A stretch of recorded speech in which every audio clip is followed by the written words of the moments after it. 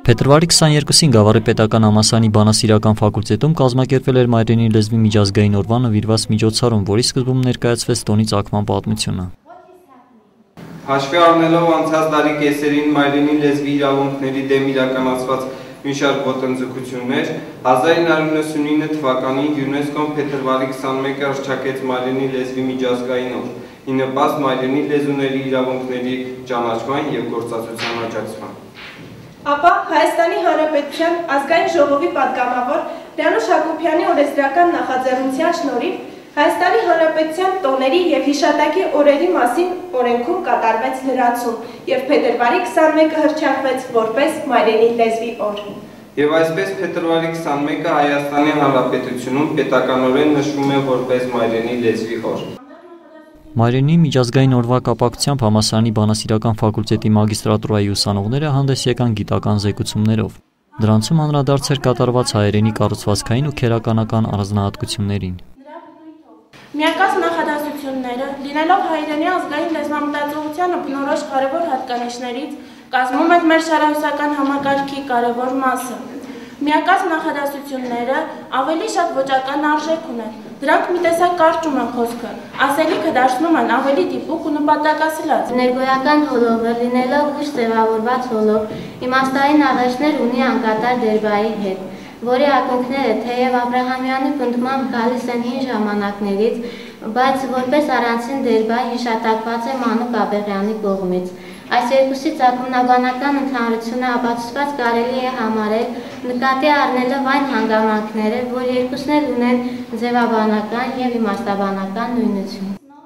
Սերո Խանզադյանի, Խաչիկ Դաշտենցի և այլ հեղինակների ստեղծագործությունների ոճական ու դարձվածային վերլուծությունը կատարվել էր մի շարք այլ զեկույցներում։ Դաշտենցի արձակի բառաբաշարը գրական, ժողովրդախոսակցական և բարբառային բառերի մի ամբողջ համակարգ է, որի մեջ էլ դրսևորվում են հեղինակային ոճի յուրահատկությունները։ Հեղինակի ինքնատիպ ոճի գաղտնիքը էպոսային մտածելակերպն է, որը հնարավորություն է ընձեռնել գրողին օգտագործելու մեր ավանդական վեպի լեզվավոճական հնարավորությունների միջոցները։ Գրողի արձակում գործածված ժողովրդախոսակցական բառերից կարելի է հիշատակել աղբեր, ածել, ականջակոտ, աղուհաց, ամակ, ամանատ, բողոքավոր, զուռնա, էս, էն, իշատեր, կռանալ, հագուստ, կապուստ, հալ, հալբատ և այլն։ Այս և նմանատիպ բառերի գործածությամբ հեղինակը երանգավորում է հայդուկային և ընդհանրապես հայշինականին կյանքին բնորոշ երևույթները։ 5-րդ դարը շնորհիվ Մաշտոցյան գրերի դարձավ հայ գրականության և պատմագրության աննախընթաց վերելքի ժամանակաշրջան, երբ գալիք սերունդներին հարուստ պատմական և գրական ժառանգություն թողնվեց Կորյունի, Մովսես Խորենացու, Ղազար Փարպեցու և այլ հեղինակների կողմից։ Սրանով է պայմանավորված բանասիրության կապը պատմագրության հետ, որը թույլ է տալիս պատմիչների աշխատությունների լեզվավոճական քննության միջոցով կատարել եզրահանգումներ անհարկի դավաճան համարվող կամ սուբյեկտիվորեն հերոսականացված պատմական կերպարների վերաբերյալ։ Հենց այս տրամաբանությամբ էր գրված Հայոց լեզու և գրականություն բաժնի մագիստրատուրայի երկրորդ կուրսի ուսանողուհի Հայարփի Մկրտչյանի Վասակ Սյունու կերպարը 6-17-րդ դարերի հայ պատմագրության մեջ վերտառություն ունեցող զեկույցը։ Խոսքը հայոց պատմության ընդհանրապես և Վարդանանց պատերազմի մասնավորապես ամենահակասական երկու կերպարների՝ Վարդան Մամիկոնյանի և Վասակ Սյունու մասին է։ Եղիշեն և Փարպեցին այն հեղինակներն էին, ովքեր հայ ժողովրդի համար կողմնորոշիչ դեր խաղացին Վարդանին սրբագործելու, իսկ Վասակին դավաճանության սյունին գամելու հարցում։ Հասկանալի է, որ միջնադարը և միջնադարի հեղինակները հիշյալ կերպարների մասին խոսելիս անգամ փորձ չարեցին վերանայելու այս ավանդույթը։ Վարդանը հայկական սրբերի ամենապատվավոր սրբերից մեկն էր, և նրան հիշում էին հոգևոր երգերում, կրոնական ներփողներում, իսկ Վասակը մնում էր իբրև դավաճանության զազրերի մարմնավորում։ Եվ առհասարակ, հայ մարդու բերանում Վասակի անունն ինքը